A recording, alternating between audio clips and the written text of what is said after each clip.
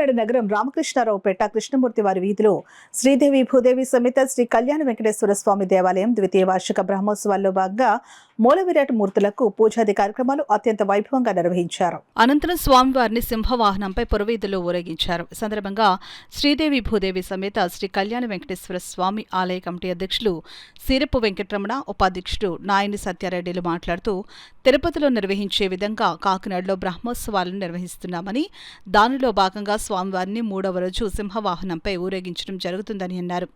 ఈ కార్యక్రమంలో ఆలయ కమిటీ గౌరవ సలహాదారులు రోకళ్ల సత్యనారాయణ రెడ్డి, కన్వీనర్ దారపు మాధవరెడ్డి, ట్రెజరర్ నీలపు బాలవెంకట్రావు, కన్వీనర్ మాధవరెడ్డి, గౌరవ అధ్యక్షులు దారపు వెంకటరమణ, నీలాపు ఈశ్వరరావు, కమిటీ సభ్యులు, అధిక సంఖ్యలో భక్తులు తదితరులు పాల్గొన్నారు.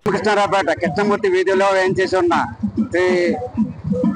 శ్రీదేవి భూదేవి సమేత శ్రీ కళ్యాణ వెంకటేశ్వర స్వామి ఉత్సవాలు గత 2 రోజులుగా చాలా వైభవంగా జరుగుతున్నాయి. అది ఆ క్రమంలో ఈ రోజు సింహాసనం స్వామివారు ఊరేగుతున్నారు. అలాగే ఈ రోజు మనకు సేవలు అందించిన దాతలు తాకి రాజేష్ గారు, తాకి హరీష్ గారు, నాగలక్ష్మి గారు, అలాగే ఈ రోజు ప్రసాదాల వితరణ కూడా ఫోన్ అని చెప్పేసి వాళ్ళు ఇస్తున్నారు. ఈ రోజు ప్రతిరోజులాగే రామకృష్ణ ప్రవచనంలో తిరుగుతుంటుంది. అలాగే ఈ రోజు ప్రత్యేక ఆకర్షణ సింహాద్రి అప్పన్న మన ముందుకు వచ్చారు. ఈ రోజు చాలా సంతోషంగా ఉంది. అలాగే ఈసారి కూడా భక్తులందరూ ఇచ్చేసి తీర్థప్రసాదం స్వీకరించి ఆశీర్వాదాలు తీసుకుని కోరుతున్నాం.